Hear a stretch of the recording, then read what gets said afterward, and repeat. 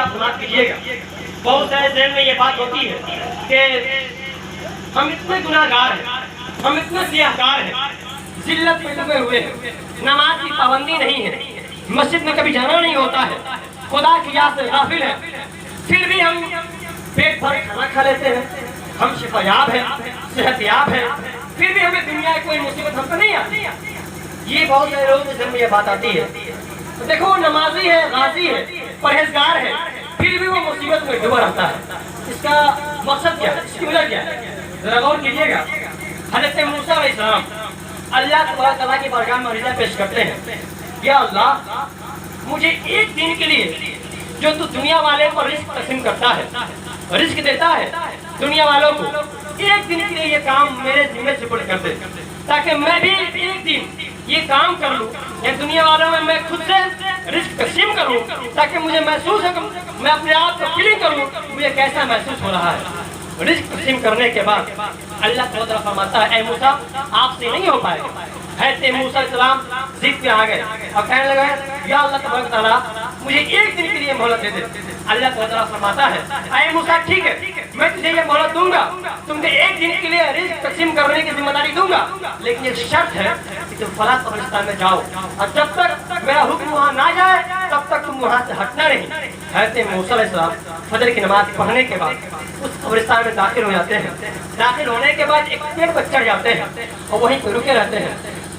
عصر کا وقت ہو گیا, کوئی منظر دیکھنے کو نہیں آیا. حضرت موسیٰ علیہ السلام اترنے لگے, شاید تو ہم دیکھے نہیں یہاں پر, شاید اس لیے اللہ تعالیٰ ہم کو یہاں پر رہنے کے لیے کہا تھا, کیا وجہ ہے, چلو میں انہیں کی بارگاہ میں جاتا ہوں, ان سے پوچھ لوں گا. جیسے ہی اترنے ہی والے تھے کہ ایک جنازہ آیا. جنازہ آنے کے بعد اس کو دفنایا گیا.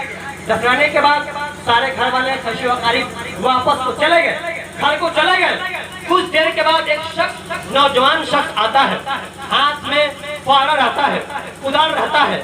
آنے کے بعد اس قبرستان کو کھودتا ہے. کھودنے کے بعد اس قبر سے ایک میت کو نکالتا ہے, ایک کفن پوش ایک میت کو نکالتا ہے. نکالنے کے بعد جب کفن کو ہٹاتا ہے, حضرات میں آپ سے گزارش کرتا ہوں, آپ حضرات تھوڑی دیر کے لیے میری بات باغور سماعت کیجیے گا. یہ محفل میلاد ہے, یقین جانے محفل میلاد پر میلاد میں بیٹھ کر اگر ہم صحیح سے باادب سے نہیں بیٹھیں گے, نبی کی بات ہوتی ہے نہیں سنیں گے, تو یقیناً ہم اور آپ گناہ گار ہوں گے.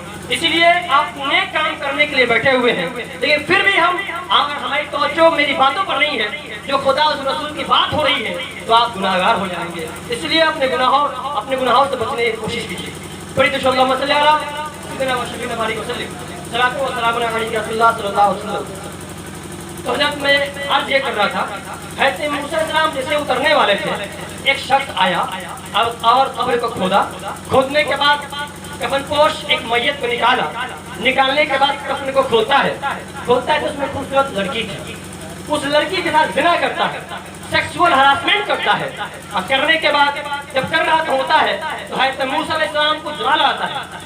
وہ پیڑ سے اترنے ہی والے تھے, اسی وقت حضرت جبریل علیہ السلام حاضر ہو جاتے ہیں اور فرماتے ہیں, کہ موسیٰ علیہ السلام آپ کو اللہ تعالیٰ نیچے اترنے کو نہیں کہا ہے, آپ کو کہا آپ نہیں رہیے. حضرت موسیٰ علیہ السلام کے آنکھوں میں آنسو آ گئے, رونے لگے اور کہنے لگے, یا اللہ یہ کیسا مجھ سے امتحان لے رہا ہے, جس گناہوں کا خاتمہ دنیا سے کرنے کے لیے مجھے مبعوث فرمایا ہے, وہی گناہ میرے سامنے ہو رہے ہیں. میں دیکھتا رہوں اور مجھے یہ حکم نہ دیا گیا کہ میں اس گناہوں سے اس کو روکوں. یہ اللہ میرا کیسا امتحان لے رہا ہے, کیسے صبر کا امتحان لے رہا ہے. رونے لگے, زاروں قطار رونے لگے. وہ شخص اس لڑکی کے ساتھ زنا کرتا ہے. زنا کرنے کے بعد اس لڑکی کو اس قبر میں اتار دیتا ہے. قبر کو دفنانے کے بعد واپس چلا جاتا ہے. حضرت موسیٰ علیہ السلام اس پیڑ سے اترتے ہیں. اترنے کے بعد خدا کی بارگاہ میں حاضر ہوتے ہیں اور فرمایا, یا اللہ تم مجھ سے کیسا امتحان لیا. اللہ تعالیٰ فرماتا ہے, اے موسیٰ ذرا غور کرو, تم مجھ سے ایک دن کے لیے رزق تقسیم کرنے کے لیے کہا تھا. اگر میں تم کو ایک دن کے لیے رزق تقسیم کرنے کے لیے دے دیتا تو کیا تم اس شخص کو رزق دیتے؟ حضرت موسیٰ علیہ السلام فرماتے ہیں, یا اللہ میں کبھی نہیں دیتا, میں اس کو پاک خدا بول رہا ہوں, میں اس کو قتل کر دیتا. تیری ذات کی قسم میں اس کو قتل کر دیتا. میں اس کو رزق تقسیم نہیں کرتا, میں اسے کھانے کے لیے کچھ نہیں دیتا, اس کو مار دیتا, اس کو موت کو گھر اتار دیتا. حضرت موسیٰ علیہ السلام کی جملہ سننے کے بعد اللہ تبارک و تعالیٰ فرماتا ہے اے موسیٰ اتنے گناہ کروڑہا گناہ روز ہمیشہ میرے نگاہوں کے سامنے ہوتے ہیں، لیکن پھر بھی میں کسی بندوں کے گھروں میں سورج کو حکم نہیں دیتا اے فل سورج میرا بندہ یہ نافرمان ہے، اس کے گھر میں اپنی روشنی کو نہ بکھیر۔ میں کہیں بھی چاند کو یہ حکم نہیں دیتا ہوں اے چاند میرا بندہ نماز نہیں پڑھتا ہے، اس کے گھروں میں اپنی روشنی کو نہ بکھیر۔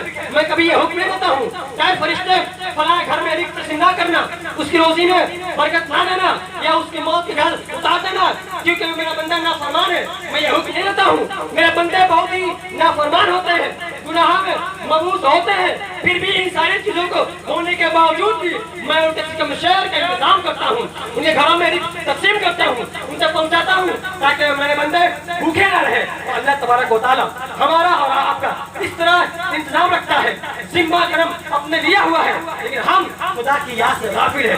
وہی خدا جو ہمیں اور آپ کو کہیں بھی بھوکا سونے نہیں دیتا ہے، لیکن ہم اور آپ اسی خدا کی یاد سے غافل ہیں۔ وہی خدا جو ہمیں اور آپ کو دنیا کی ساری آرائشوں دی ہوئی ہے، لیکن اسی خدا کو ہم اپنی یاد سے اس کی یاد سے غافل ہیں۔ وہی خدا جو دنیا میں ہمیں اور آپ کو ترقی کے زینے پر چڑھاتا ہے، لیکن ہم کہیں بھی خدا کی یاد سے ہمیشہ غافل رہا کرتے ہیں۔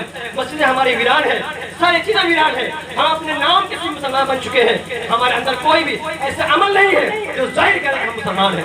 دعویٰ تو ایسا ہے کہ ہم ہی مسلمان ہیں۔ ایک اور بات ہے، صرف ہمارے یا آپ کے نام سے یہ ظاہر ہوتا ہے کہ ہم مسلمان ہیں، ہمارے کرتوت یا پھر ہمارے عمل سے ظاہر نہیں ہوتا کہ ہم مسلمان ہیں۔ اللہ تبارک تعالیٰ کی بارگاہ میں دعا ہے کہ جو محفل سجی ہے اور جو باتیں ہوئی اس پہ ہم سارے لوگوں کو عمل کرنے کی توفیق عطا فرمائے۔